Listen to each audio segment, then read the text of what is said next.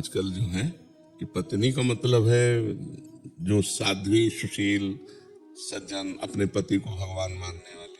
तो ब्याह है तो खतरे का मोल लेना आजकल, क्योंकि बॉयफ्रेंड गर्लफ्रेंड ये सब जो चल रहा है ना, ये बहुत विषैला चल रहा है। क्योंकि मान लो जैसे अब 2-4 लड़कों से जो मिली हुई है, वो एक पति को भगवान मानकर कैसे पूछ सकती, बड़ी समस्या है। पर ऐसा नहीं है, जैसे दुराचारियों के बीच में सदाचारी भी रहते हैं, ऐसे सदाचारिणी भी हैं। एक से एक बहुत पवित्र लड़कियां हैं जो अपने जीवन को पवित्र रखें, पर है बहुत कठिन, पवित्र मिलना बहुत कठिन, क्योंकि अपने लोग पवित्र आचरण विहीन हो रहे हैं, तो अपने को पवित्र की आशा कैसे हो सकती है? घर वाले भी जबरदस्ती करते हैं कि करो, ये इकलौता मतलब वंश बढ़ाओ, मतलब चल। आप घर में तो संतान उत्पत्ति करके वंश उत्पन्न करना, भगवान से मनाओ। जैसे करदम जी ने 10,000 वर्ष तक तपस्या की, भगवान से कहा मुझे पत्नी चाहिए, तो देवहूति जैसी पत्नी मिली। तो 10,000 ना सही तो साल भर सही साल भर कुछ अन्न कम पाओ, शंकर जी की उपासना करो, महाराज हमें पत्नी दे दो। भगवान शंकर की आराधना करो कि हमें देवी जी की आराधना करो, तो कोई हो कि सुशील सज्जन मिल जाए। होती बहुत कम है बहुत कम। पर भगवान ने कहीं ना कहीं, अगर ब्याह है तुम्हारे भाग्य में तो लिखा ही होगा, कहीं ना कहीं तैयार हो रही होगी वो भी आपकी पानी के लिए।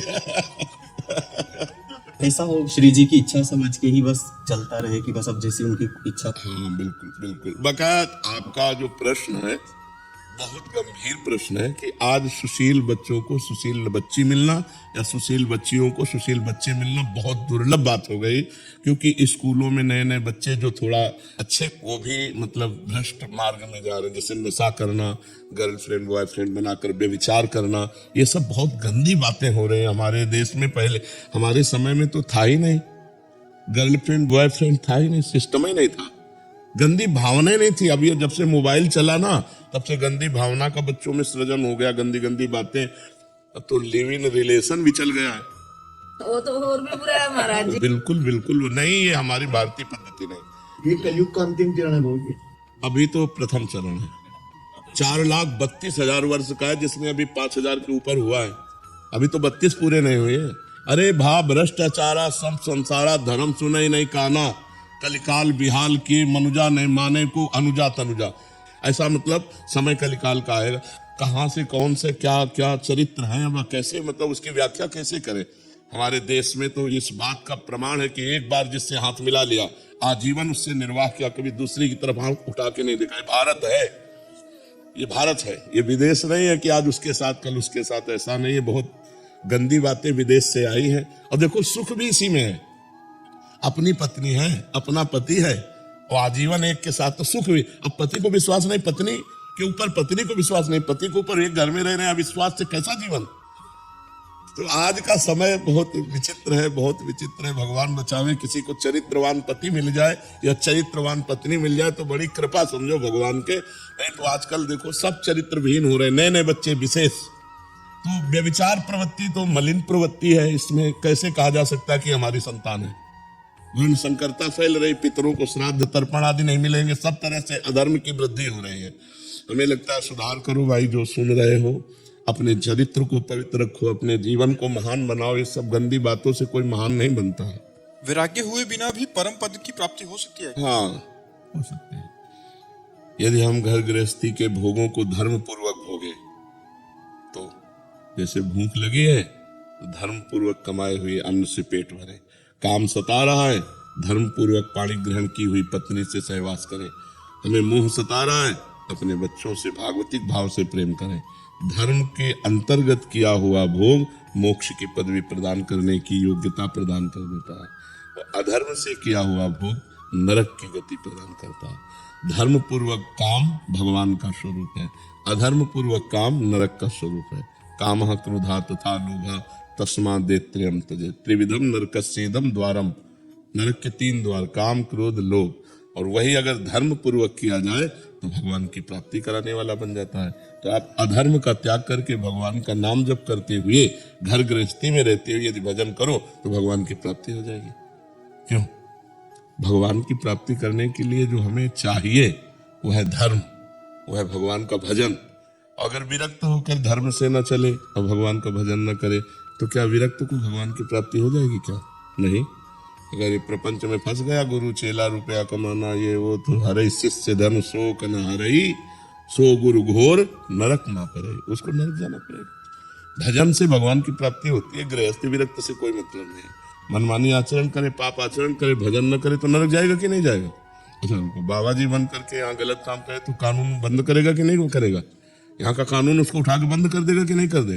जब यहाँ का कानून नहीं बख्शे, तो अगर हम संत बन करके गलत आचरण करेंगे, गंदी बात करेंगे तो हमें नरक मिलेगा, और गृहस्थ बन करके यदि हम अच्छे आचरण करेंगे तो भगवान मिलेंगे। तो अच्छे आचरण और भजन दोनों को करना, चाहे बाबा जी हो चाहे गृहस्थ हो। अगर अच्छे आचरण और भजन है तो भगवान की प्राप्ति है, चाहे गृहस्थ हो चाहे विरक्त हो। आचरण भ्रष्ट है, भगवान को भजन नहीं, तो कोई भी हो फिर तो दुर्गति है। यहाँ भी दुर्गति, वहां भी दुर्गति। महाराज जी, मेरा प्रश्न है कि आपसे सारी दुविधाओं और समस्याओं का समाधान प्राप्त होने के बाद भी महाराज जी आपकी बातें जीवन में उतारने में असमर्थ हो रहा हूँ महाराज जी, इसके लिए असमर्थता इसीलिए कि भजन नहीं है। अगर भजन रूपी अध्यात्म बल हो तो समर्थ हो जाओगे। कौन सी कठिन बात है? आप हमें बताओ, क्या कठिन बात है?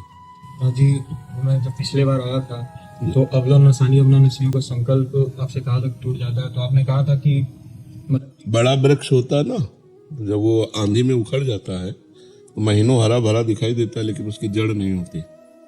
समझ रहे हो ना? ऐसे अनेक जन्मों से हमारे संस्कार गलत हो चुके हैं, अब हम शरणागत हैं, माने उनकी जड़ उखड़ गई है और हरे भरे कई महीनों तक दिखाई देंगे। तो ये हो सकता है कि कई वर्षों तक आपकी शिथिल साधना होने के कारण आपको विषय आकर्षण करके भ्रष्ट कर दे, लेकिन विश्वास करो आप शरणागत हो, आप भगवान के जन हो, एक दिन विजय प्राप्त करोगे, ये दृढ़ विश्वास रखो।